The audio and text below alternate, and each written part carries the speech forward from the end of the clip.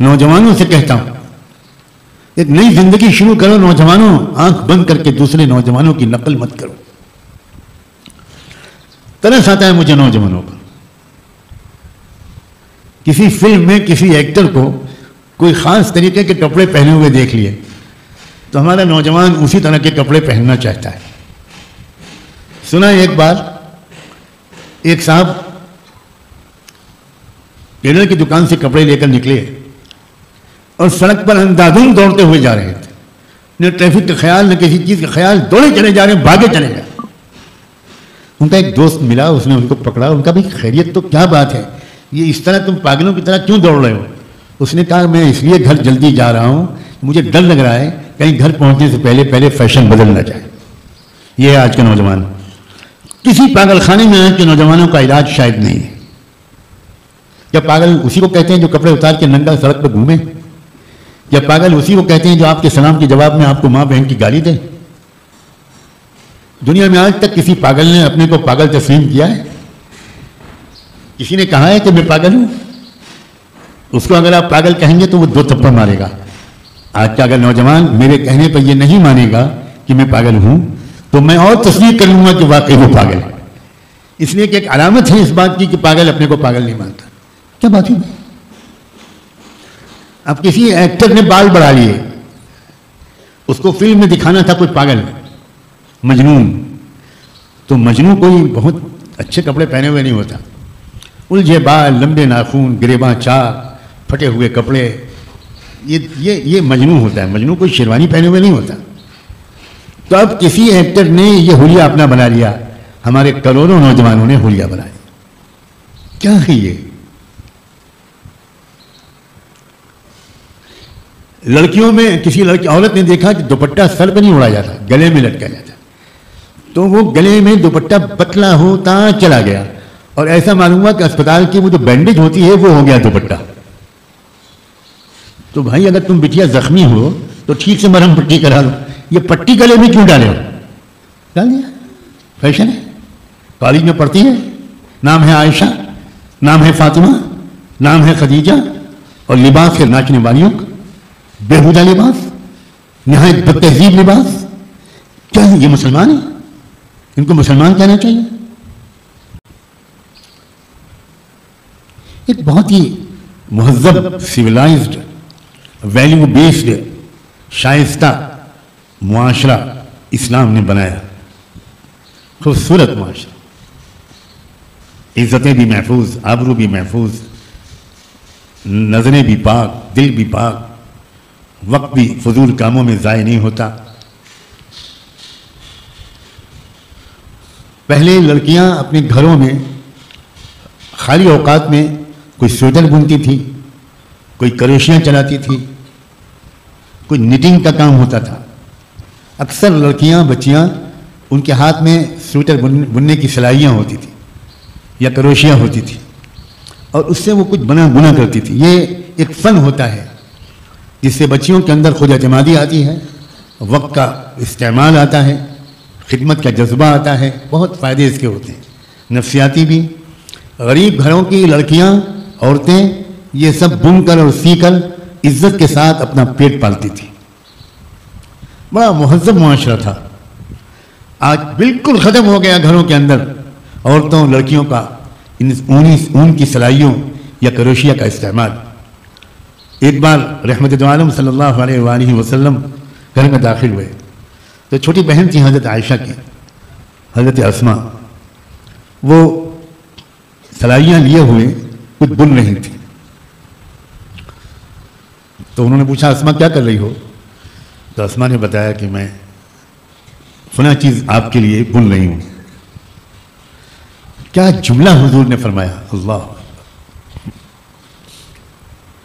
फरमाया, वक्त को मशगूल रखने का ये बेहतरीन जरिया है और रब को राजी करने का बेहतरीन अमल है। ये घर में औरतों लड़कियों की मसरूफियतें हैं, मशगूलियतें हैं। उनको पकवान सीखना, कपड़े सीना सीखना, ये लड़कियों की आजकल के मॉडर्न जमाने में सब खत्म हो गया। वो यूट्यूब पर पकाना सीखती है, और अल्लाह बचाए यूट्यूब वाले खानों से।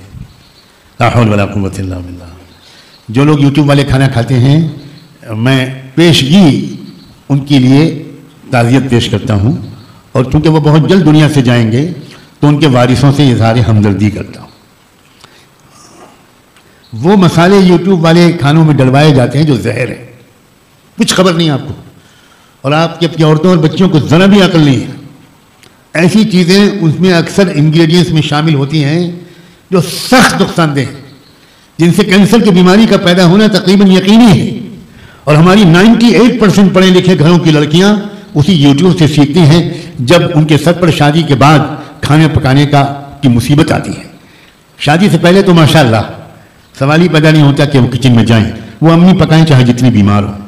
शादी के बाद अल्लाह के फजल से उनके ऊपर यह अजाब आता है, तब पकाओ, और सास मुसल्लत होती है। वमा अदरा कमा सास, अस्सास मस्सास, वमा अदरा कमस्सास, अलहाक़त मलहाक़ा, वमा अदरा कमलहाक़ा, ज़ुरिबत अलैहिमुज़्ज़िल्लतु वल मस्कनतु वबाऊ बिग़ज़बिन मिनल्लाह। अब वो भंटक लेके खड़े होते, पढ़ो जल्दी से। और जब वो लड़का आता है ऑफिस से, कैसी जाहिल लड़की को लेकर आए हो, इसे तो पकाने नहीं आता, कल इसने चाय बनाई मैंने यूं फेंक दी। और पढ़ाओ अपने बच्चों, बहुत बहुत काबिल बनाओ, इंजीनियर बनाओ, इंजीनियर वकील बनाओ, बहुत बहुत बहुत काबिल तो कभी कह नहीं सकता मैं। जो काबिल होता है वो ऐसा नहीं होता, काबिल हो सकते हैं या काबिल होंगे। क्या हो रहा है? अंधाधुंध फैशन की नकल।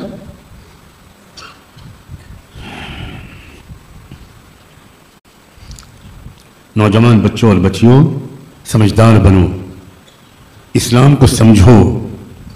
इस्लाम 2-3 आमाल का नाम नहीं है, इस्लाम एक शरीफाना तर्ज ज़िंदगी का नाम है, एक एजुकेटेड लाइफ स्टाइल का नाम है, एक तालीम याफ्ता बाशऊर बहुत महज़्ज़ब ज़िंदगी गुजारने के तरीके का नाम है। नौजवान लड़कों को भी जो कॉलेजों यूनिवर्सिटियों में पढ़ते हों, उनको अंधा मुक़ल्लिद नहीं बनना चाहिए, उनको ब्लाइंड फॉलोअर मगरबी तहजीब का, नंगी तहजीब का बिल्कुल नहीं बनना चाहिए। उन्हें नमूना बनना चाहिए इस्माइली, इब्राहिमी और मोहम्मदी तहजीब का, सल्लल्लाहु अलैहि वसल्लम। खूबसूरत तहजीब है इस्लाम, बेहतरीन कल्चर है, बेहतरीन तर्ज ज़िंदगी है। फिर कहता हूँ 2-3 आमाल का मजमुआ नहीं है इस्लाम, कदम कदम पर इस्लाम गाइड करता है। और हर तरीका जो इस्लाम ने सिखाया है वो बेस्ट तरीका है, बेहतरीन तरीका है। इंसानी तहजीब और शराफत का आला दर्जे का मेयार है, जिस तक इस्लाम हमको पहुंचाना चाहता है।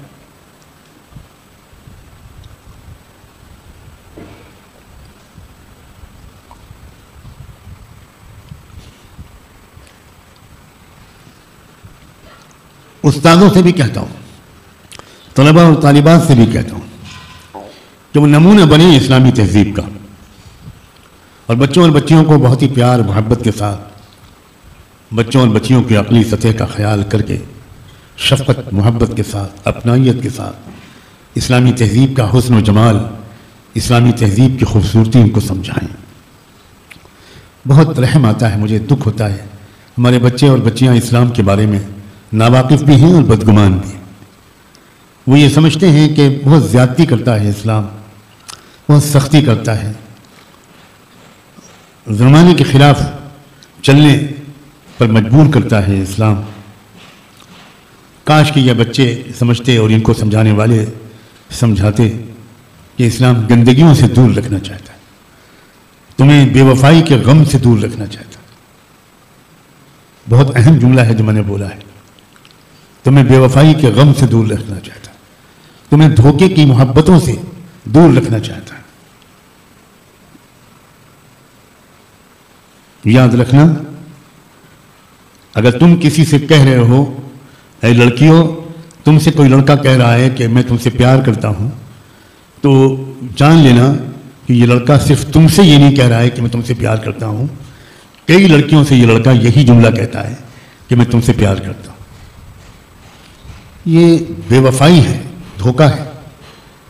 जाल फेंकते हैं नौजवान लड़के अपनी हविस पूरा करने के लिए, अपनी हैवानी जज्बात की तस्कीन के लिए भोली भाली लड़कियों को फरेब मोहब्बत में फंसाते हैं और लड़कियां बहुत जल्दी उस जाल में फंस जाती हैं, यकीन कर लेती हैं, धोखे में आ जाती हैं।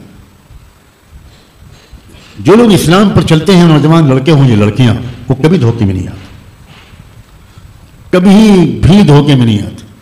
पाक दामन रहते हैं, भोले भाले रहते हैं, अपने दिल और निगाहों को बचा कर रखते हैं, अपने औकात को मुफीद कामों में मसरूफ़ रखते हैं, अच्छी किताबों का मुताला करते हैं, अच्छे जज्बात अपने अंदर बनाते हैं, अपने कैरेक्टर को बिल्ड करते हैं और अल्लाह ताला से चुपके चुपके ये मांगते रहते हैं कि अल्लाह मेरा जो लाइफ पार्टनर हो, मेरा जो जीवन साथी हो या मेरी जो लाइफ पार्टनर हो वो भी पाक दामन हो, वफा शिआर हो।